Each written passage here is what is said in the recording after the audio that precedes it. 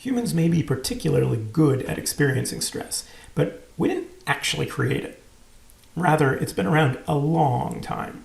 And we know this because many organisms much simpler than us, with much simpler brain and nervous systems than us, also experience stress.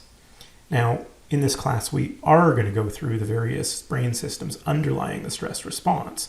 For instance, you're going to learn about the amygdala, which is involved in the representation of fear. You're going to learn about the endocrine system and the adrenal gland, which is involved in the release of cortisol, a primary stress hormone. You're going to learn about the HPA axis, which is primarily involved in the fight-flight response, which is something that you've possibly heard of before. Now, for now, don't worry about those things too much. I throw them out there just for repetition. We'll learn about them more in future lessons. For now, all you really need to understand is that all of those brain systems are part of the evolutionarily old brain. And why is that important? Well, that's important because it means that stress exists for an evolutionarily old reason.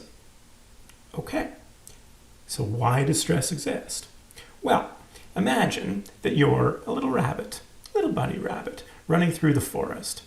And you're having a gay old time, you're munching on your grass, you're relaxing in the sun, and all of a sudden, a tiger comes out of the woods and growls towards you. What does the rabbit do? Well, the rabbit freezes. The rabbit's eyes bug out. The rabbit's heart starts beating quickly. The rabbit starts sweating, if that's what rabbits do.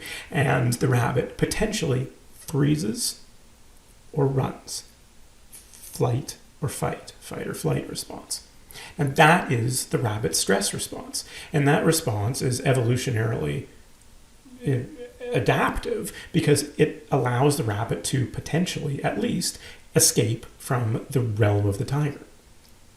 And that's what the stress response is about. It's intended to allow the body to ready itself in the face of challenges or threats. Now, for the rabbit, that tiger is a pretty darn big threat. And so his stress response gets going and tries to scurry out of the way. And hopefully he makes it.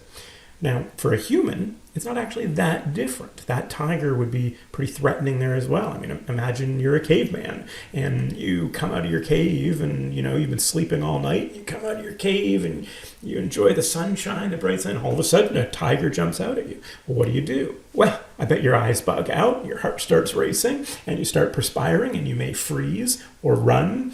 It's not so different from the rabbit. The thing is, we're actually quite different than that rabbit in a number of significant ways.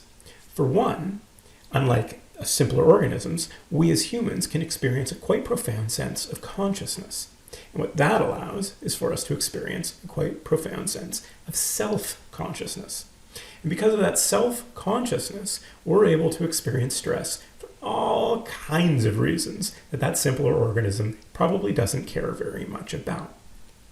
For instance, you might experience stress over having to take a test. Rabbits probably don't worry about that. You may feel a sense of stress over a public speaking engagement. Rabbits probably don't care so much about that either. You may also experience stress if you are going to propose to your partner.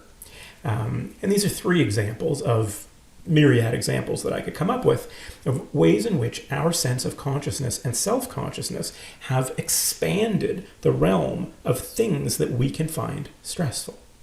But have you ever heard of anybody actually dying from public speaking? I don't think so. And if tests could kill, don't you think universities would be a bit out of business? Yeah. And yet, the important point is that us as humans still experience the exact same stress response in these situations, despite the fact that there's no physical danger. The exact same heart rate, the exact same perspiration, the exact same wobbly knees when you're public speaking. Despite the fact that there's no physical danger, we have co-opted our stress response in such a way that we experience the exact same response in physically dangerous situations, socially dangerous situations, in perceived dangerous situations, in potential future dangerous situations. And what that means is we can end up feeling stress all the time. Now, there's another video that I'd like you to watch right after this one that is particularly well done. It's a TED Talk, TED Ed video that does a really nice job of nailing this point home. So watch that video, and then you'll come back to me.